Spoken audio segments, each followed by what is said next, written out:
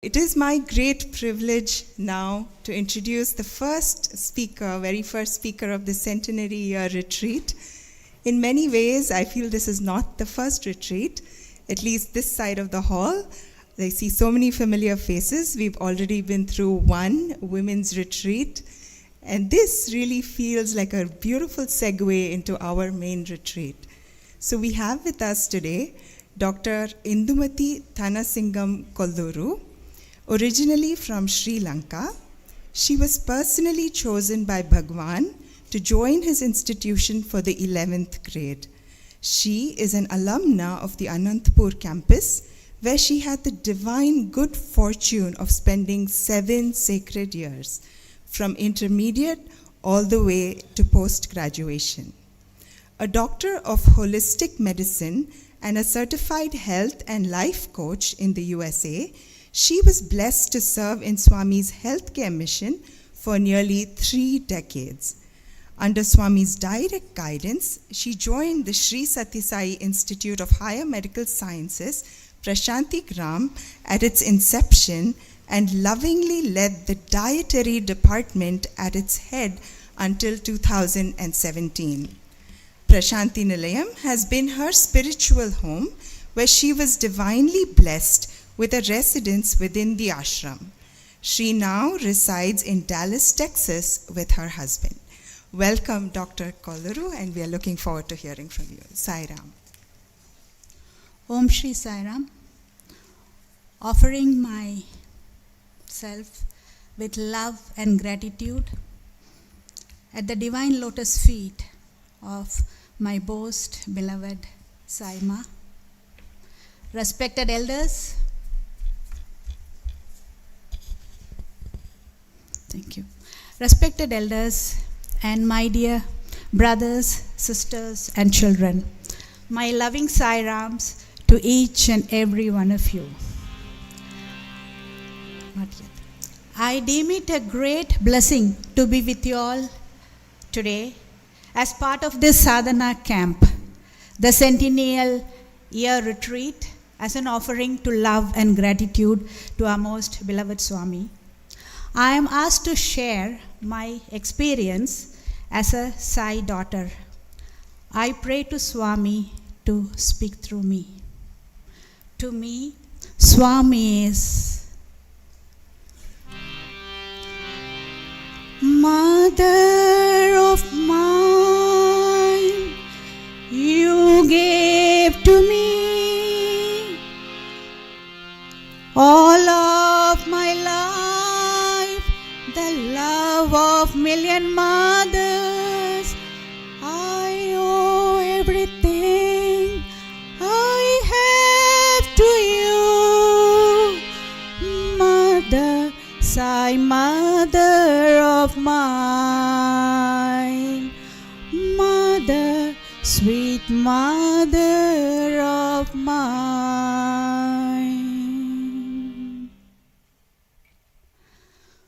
My odyssey with Swami goes back to my childhood. It all started with the first step that my mother took. My mother, her first visit to Prasanthi Nilayam was a part of the South Indian pilgrimage, as you would call. She was visiting the various temples, and her trip to Prasanthi Nilayam was just for one darshan. At that point of time, she didn't know much about Swami, so like visiting other temples, she was coming to Prasanthi Nilayam for a darshan. And while she was at the darshan, she saw Swami was collecting letters from the devotees. And she felt it in her heart, oh, I wish I had a letter for Swami. But then she couldn't, make it happen during that visit because she was just there for one darshan. And on her way back to Sri Lanka, she had this blessed fortune of visiting one of the devotees' house in Chennai, in whose there were a lot of divine manifestations were happening. And my mother was invited there to spend a day, and when she went there, the lady of the house told my mother, if you want to write a letter to Swami, you can write and place it at the altar, and if it is Swami's divine will, he would bless the letter. But she also mentioned that sometimes Swami, if it is will, he blesses immediately, or sometimes he might take, it might take a couple of months. So you leave your postal address with me. If Swami blesses, I will send the prasadam to you by mail. So my mother, she couldn't believe that, she just had the thought when she was in Parthi, and here is the opportunity for her to write a letter and place at Swami's feet. So it has been always her heart's desires. Even when she was young, she would always say, I want you all to have a spiritual education. I want you all to have a spiritual education. But we didn't understand what she really meant. So she had this desire. So she wrote the letter saying that, Swami, please take care of my children's education. At that point of time, she was not aware that Swami had an institution for girls and about the educational institutions. It was just that Swami should take care of her education. And she also prayed that, Swami, if it is your will, please bless this letter when I am here, because she was leaving that evening back to Sri Lanka.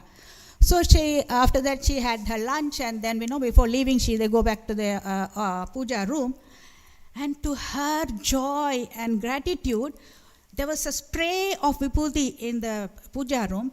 And on my mother's letter, you have the envelope and where you stick the stamp in the right hand corner with vibhuti, there was a beautiful Vishnu chakra drawn. And my mother was an ardent devotee of Lord Vishnu all her life. So Swami, he just kind of put a stamp of seal on my mother's letter, validating her prayer. During that time, probably I was a 4th grader or 5th grader when all this happened. And then my mother came back to Sri Lanka, and the first thing she did was get passports ready for us, because she was like, she wants to be prepared whenever the call comes. And fast forward, I just finished my 10th grade, and as we grew up, the priorities changed. Most of my family migrated abroad. My uncle was settled here in the US, and then he was very keen that we come to the US for our higher education and undergrad, everything. So this kind of, my mother's wish or prayer took a back seat, and we were all kind of excited about coming to the US for our higher studies. And my mother, I just finished my 10th and I just moved to 11th. In Sri Lanka, our academic year is from January to December. So this was like around May. So I had just joined 11th grade.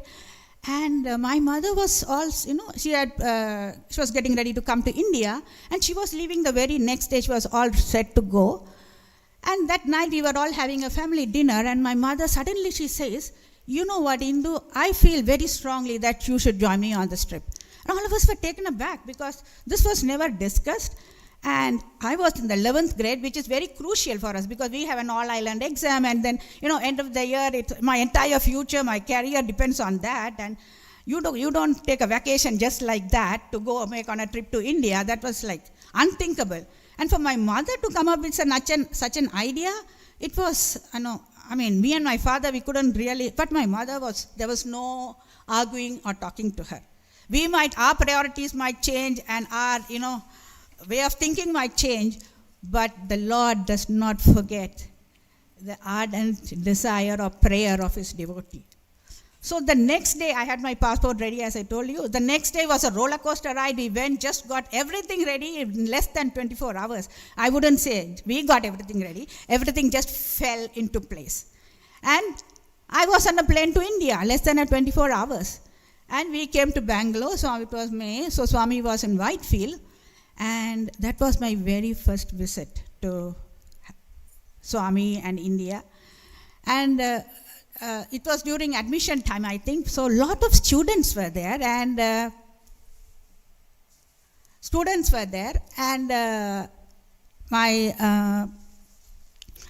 we met some other Sri Lankan ladies who were also there during that time. And then everybody told my mother, it's the right time you have brought your daughter. Why don't you get an application form and fill it, and so you can make an attempt to put her in Swami's college. And now this is, it's a bit too much. First of all, the India trip was a shock to me. And then when I come here, I have to wear half saris. We were so used to the Western kind of dressing. And the most challenging thing was eating sambar rice every day. Our Sri Lankan cuisine was so totally different. And honestly, I must say, being an island, our main source of protein was seafood. And I was a hardcore non-vegetarian. it was okay to eat sambar and rice for a short time on a, vacation as I considered. But now my mother wants me to join the college, and I was trying to wrap my head around all these things. But there's no negotiating around the divine ordinance. And then what happens in darshan line, for me it's the first time, right? So Swami comes every day. Excuse me.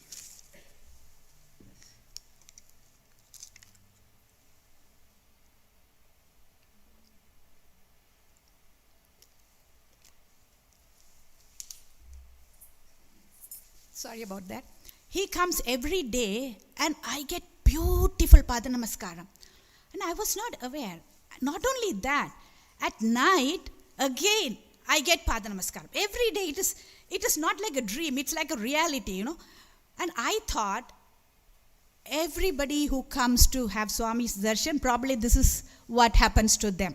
At that point of time, I was not aware that Swami was doing the intense cleansing, I think purification process of me. All my prana, vasanas and everything is being kind of taken out of my system, like a spring cleaning. That's what must have been happening. Anyways, my mother got the application form and then she told me to fill it. And then in Sri Lanka, it's mostly all grades, and here they asked for my marks and aggregate percentage and everything. So to my best of my knowledge, I filled. And the girls whom I have met, they said, we all got our application form blessed by Swami before sending it to college. So why don't you do that? So I got very inspired and took my application form and sat in the darshan line. And I was here waiting for Swami to come and, bless my application form. And then I was sitting there and Swami came and I kind of took my application form and held it out. And he came, he looked at the application form, he looked at me very piercingly. It seemed like a lifetime. Maybe, Swami just changed the course of my life, charted a new course. He just looked at me, and he just took the application form and went. And now, I was so taken aback because this is not what's supposed to happen. He was supposed to just bless my application form, not take it away. I didn't know what to do. So I went to my mother and I told my mother, Swami has taken the application form and gone. What do we do? And even my mother was at a loss because we are kind of new devotees. So somebody advised, the principal is here, why don't you go check with her? So my mother went and met the principal, and the principal, knowing Swami's ways, she said, you know what, Swami might give it to me, but he might not give it to me too. So the best thing is you get another application form and fill it and send it. Then my mother came back and she thought over it and she said, no, if Swami wants you to join his college, let him send the application form. Otherwise, we go back home. And in the meanwhile, Swami came to Puttaparthi and we followed him and we came to Puttaparthi. And again, this is my very first visit to Puttaparthi. As I entered the darshan grounds, I was so young, I was just 15 plus, and I get this feeling that, oh, I have finally come home. It was such a strange feeling because I've never been here before. Sometimes you go on a trip, you visit exotic places, stay in 5-star hotels, eat gourmet food. But still, when you come home, however humble it is, that peace and that contentment, finally I am home kind of. That was the kind of feeling. And I was like, how can this even pass? I was just not able to understand that feeling, but it was very overpowering. Later on, thinking back, I realized, yes, I had finally come home because from then onwards, Prasanthi Nilayam had been my home. I barely went home probably once or twice back to Sri Lanka. So, internally that kind of thing was generated.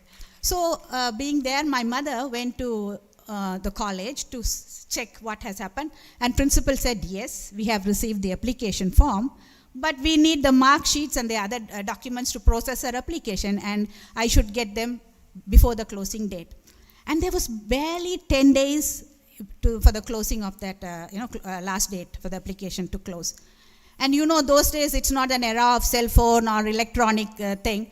And to reach my father back in Sri Lanka, the only way possible was telegram, because even the letters will take close to a month for us to do back and forth. And the whole thing was not planned. We just came for a short vacation. And my father has never been to Puttaparthi, has never seen Swami. And everything what he has heard is from my mother.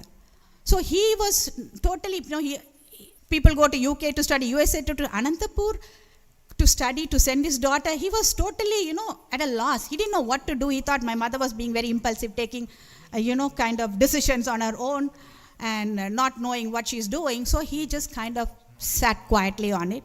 We were like, on a marathon session of telegrams. Nothing was happening. In the meanwhile, Swami called us for an interview. And he was talking about everything and anything under the sun except for my admission. And there were some students who had already applied, so he was asking them about, what subject are you applying, what class are you taking? But he didn't speak a word about my admission. Just before we stepped out of the interview room, he held my mother's hands and he said, Amma, don't worry. Take 2 years visa, I will take care of everything. So when Swami said this, back home what happened, my father was just sitting tight, not doing anything. He had a dream, or I would call a vision.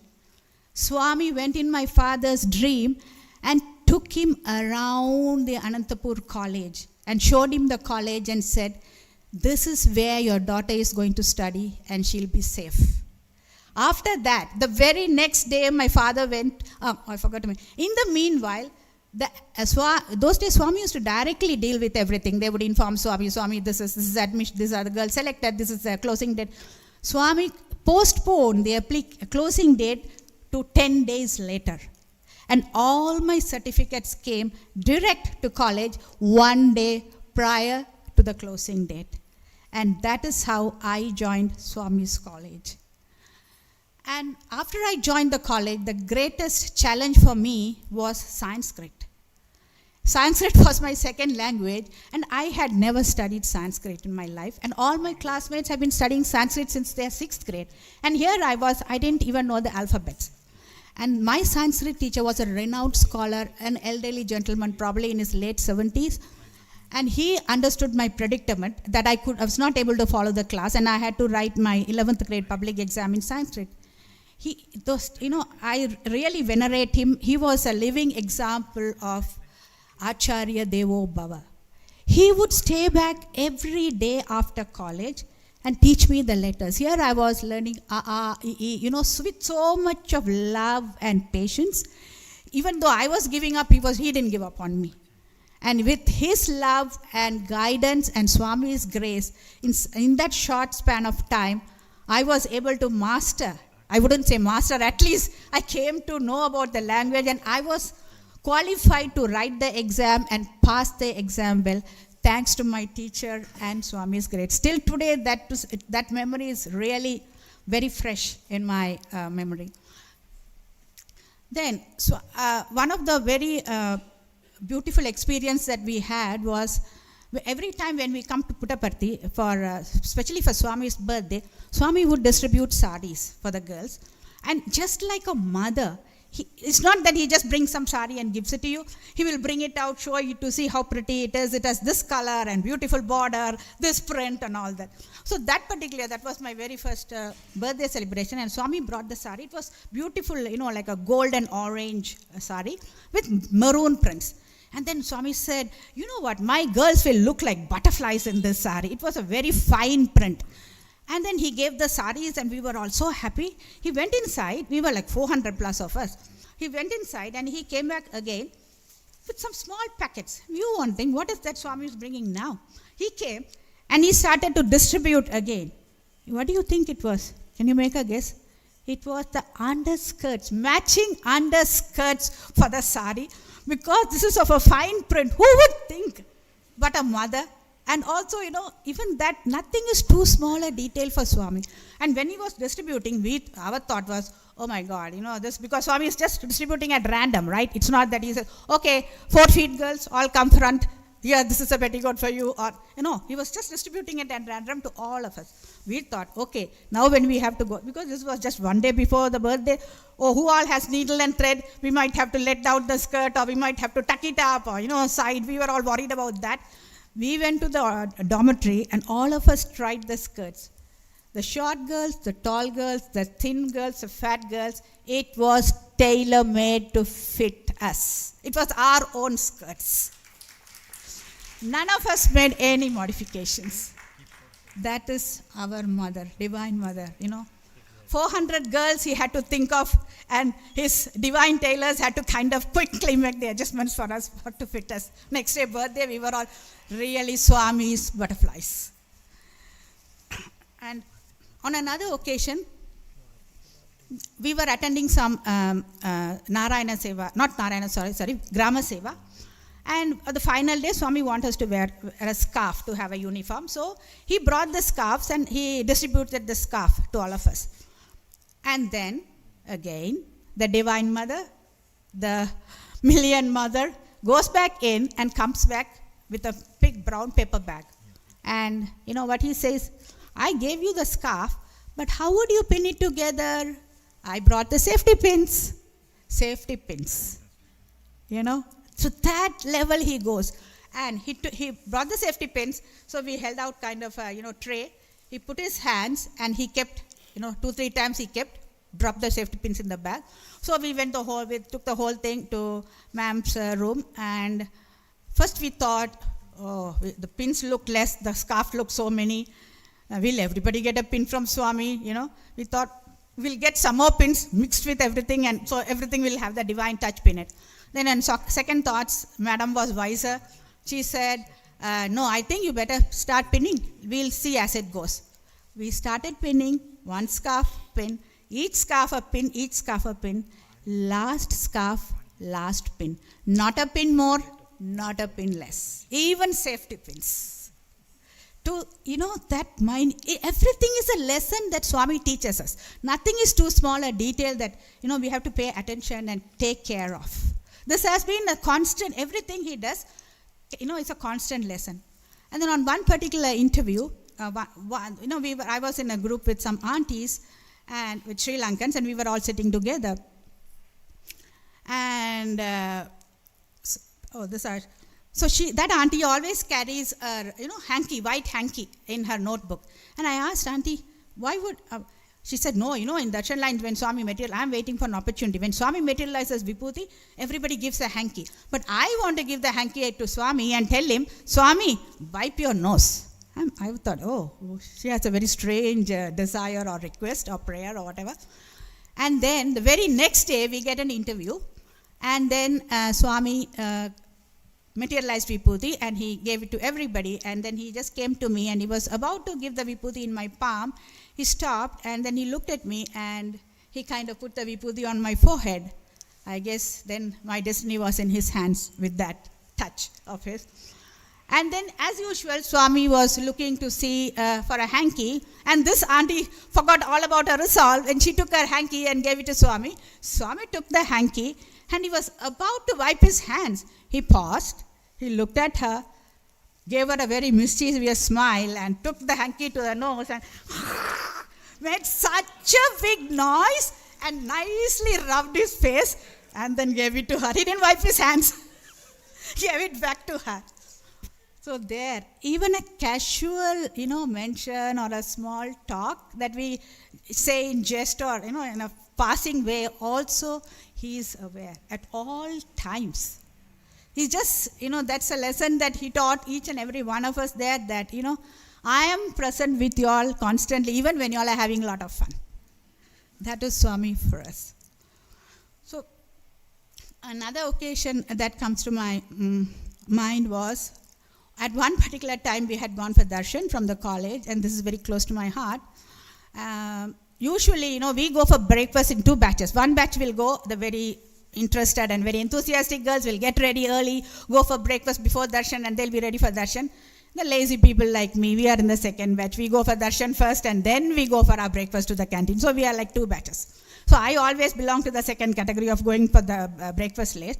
That particular day when Swami came for darshan, he said, soon after darshan, please, all of you go to the boys' auditorium, because that was the sports prize distribution day, which is very special for the boys, and we were never allowed. So Swami said, all of you go assemble in the auditorium. So it was like a marathon activity, all of us racing to the auditorium to be seated before Swami comes. So there was no time to have breakfast. because soon after darshan we had to rush to the college auditorium. And we were seated there, and Swami came, and as usual, they announced all the boys' names and prizes, etc., etc. It was going on forever, and it was almost like 12 o'clock, and then Swami started his discourse. And me here, I was dying of hunger. I just couldn't focus on anything what Swami was saying, and I was waging a war with Swami. I said, Swami, I can't handle this anymore. I need something to eat, otherwise I'm going to collapse here. And it was a constant, I think I was shouting from inside, Swami, I'm hungry, I need to eat something. Suddenly I see, I was way up in the auditorium, and I was sitting right at the back, and the boys come, they pass on, there were milk cartons. And they passed, and they were passing it between the rows, and all my focus now is on the milk carton. How soon will it come to me? How soon? How long do I have to wait? So it's going by row by, each girl will take a box and then pass. Finally, it reached the row in front of me, and I'm like, even in that hunger, I'm worried about what flavor that milk is. So I reached over the front and asked her, what flavor is the milk? And she, in all her things, she said, cardamom. I said, cardamom? Oh no, I can even drink plain milk, but not cardamom. I will even that flavor of cardamom, even a toffee, I feel like throwing up.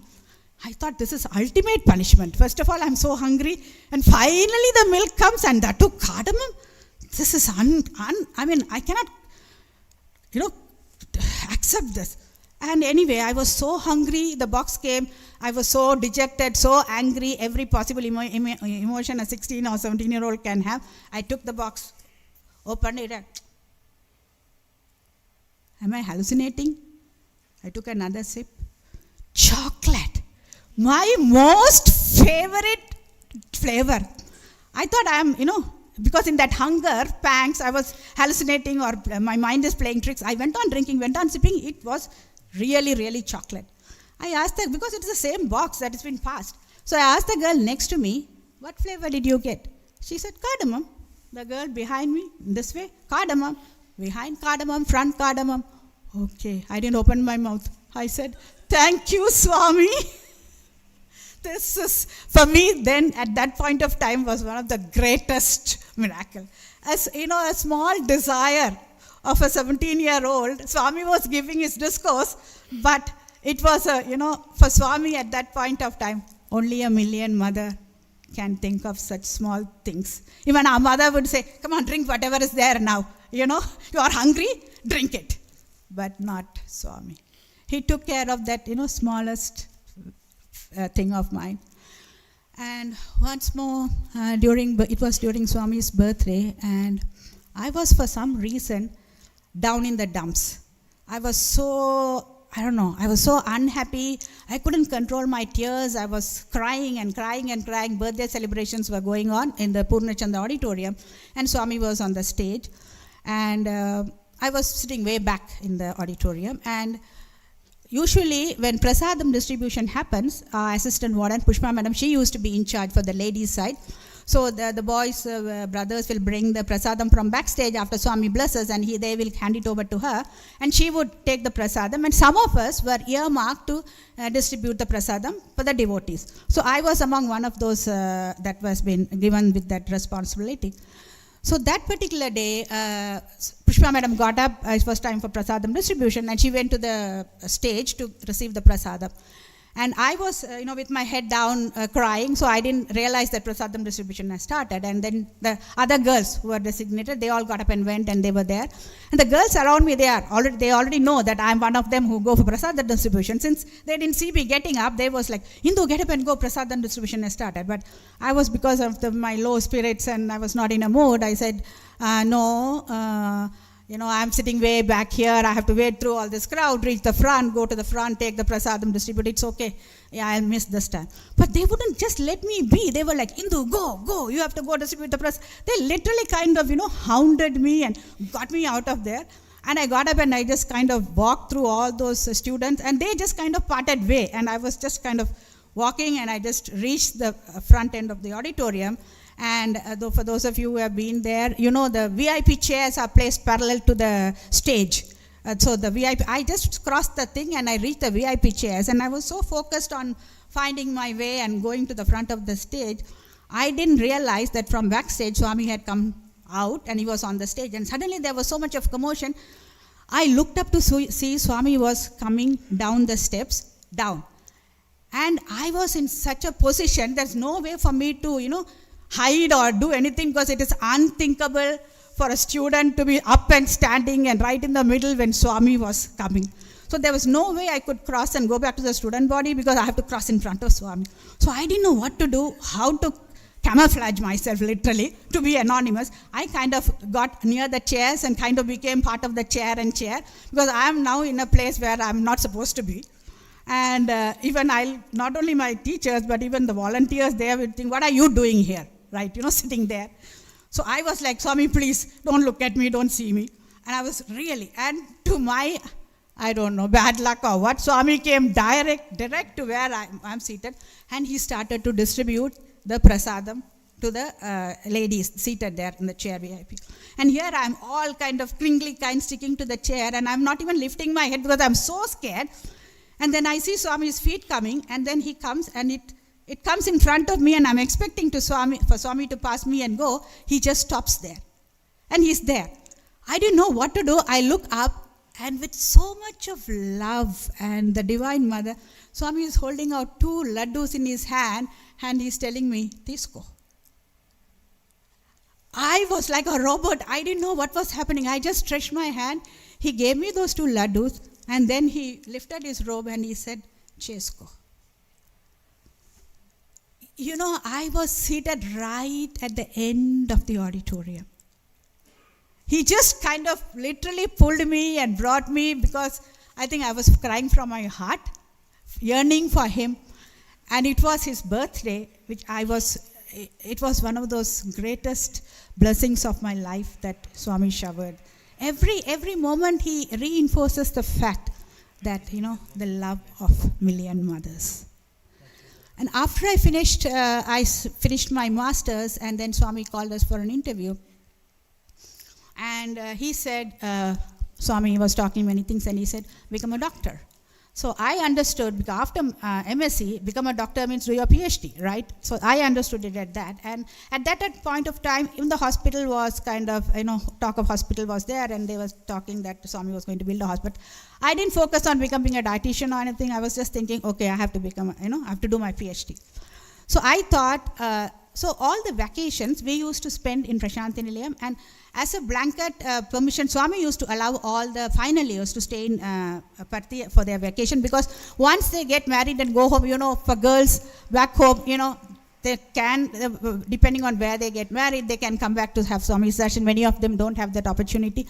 So Swami had given them permission. But me, being a student from Sri Lanka, Swami used to give me permission to stay for vacation.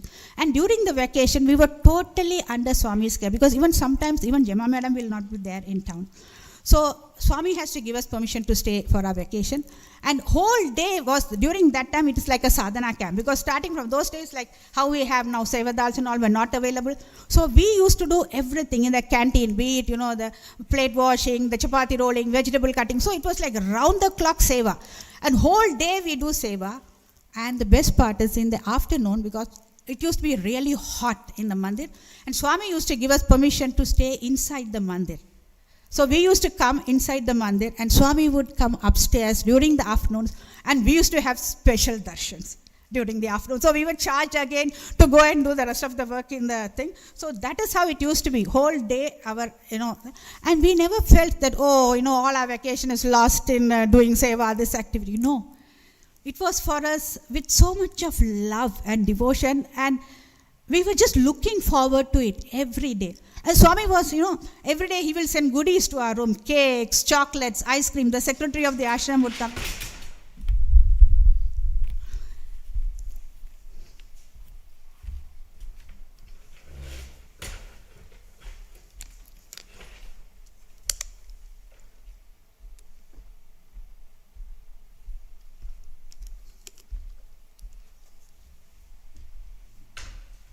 The secretary of the ashram would come and tell us, Swami has sent you all some, come and collect. So every day. And the best thing was, just before we go back to college, Swami would call us for an interview and talk to us, just like your mother sends you up before you go to, college, everything. He would give us instructions, be like this, my daughters, and just a handful of us, those of us who have stayed back for holidays. So this used to be how it is for the vacations for me, every vacation.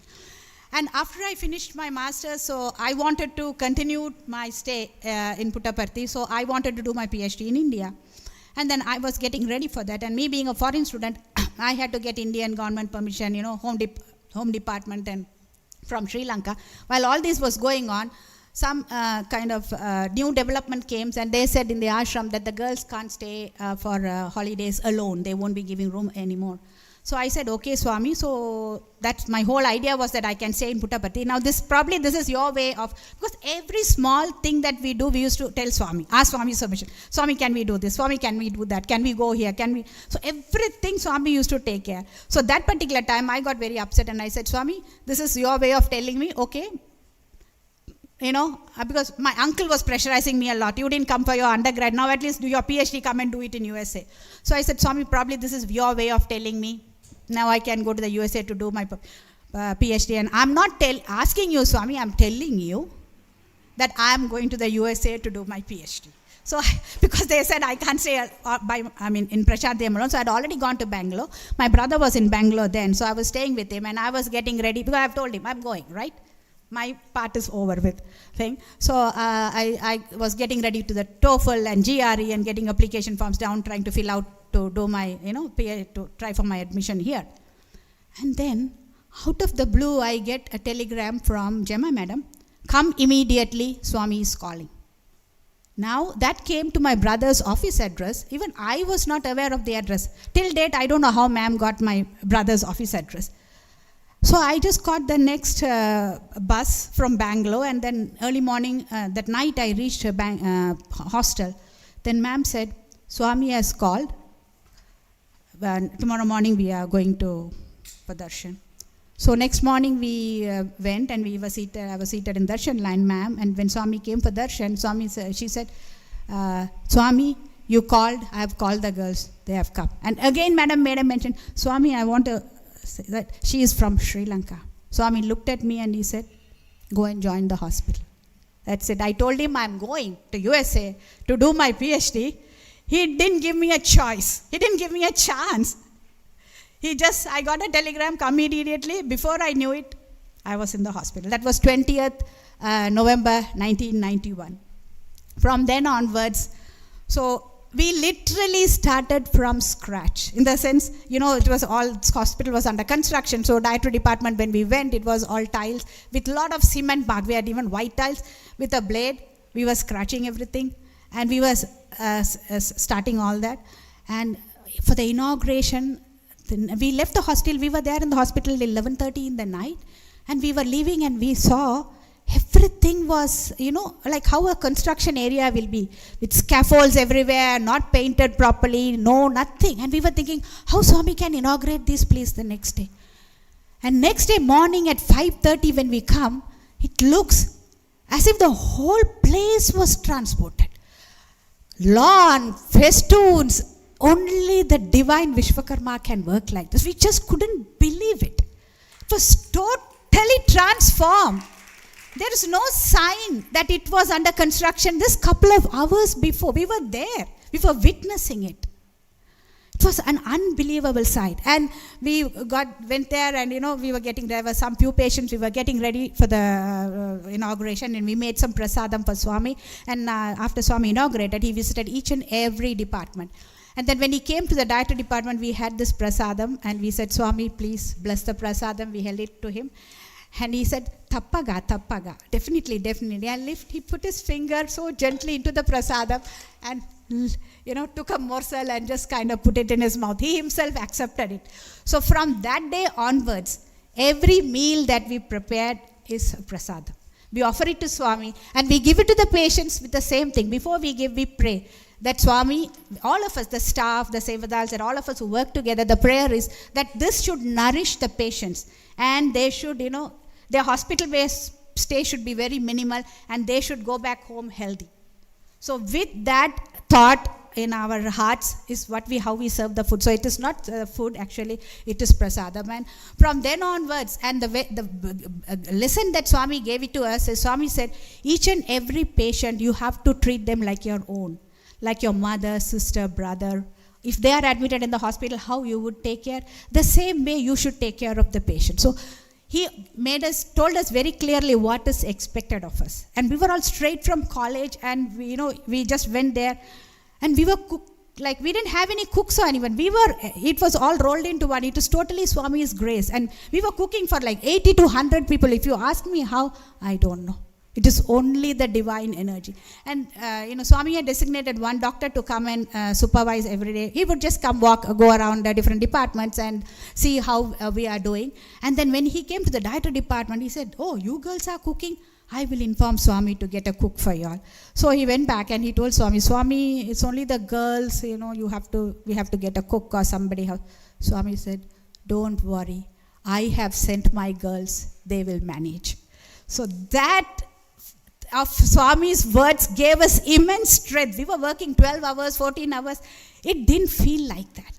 And one particular time when Swami came, whenever he comes, we don't leave our station of work. Swami visits us. At one point when Swami came, and we would be just there, and he would say, these are all my girls, whomever guests he brings, and he would introduce, and he would, tell about us to them. And that particular time Swami was there, and sometimes I think it is a divine will that he wants us to know that how Swami reciprocates our service. So I don't know, I didn't plan this. Suddenly I asked, Swami, are you happy with what we are doing? Are we pleasing you? And Swami said, Chala santosham, chala santosham.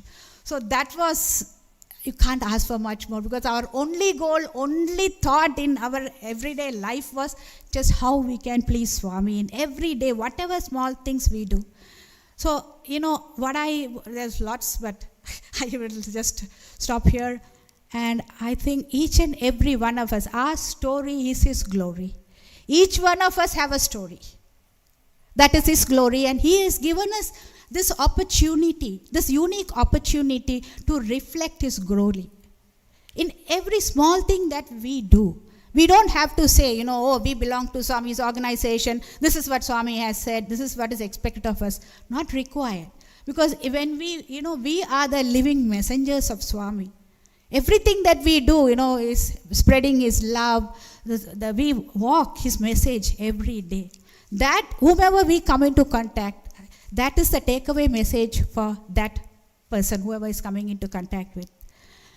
And, we always say, what we are born with is God's gift to us.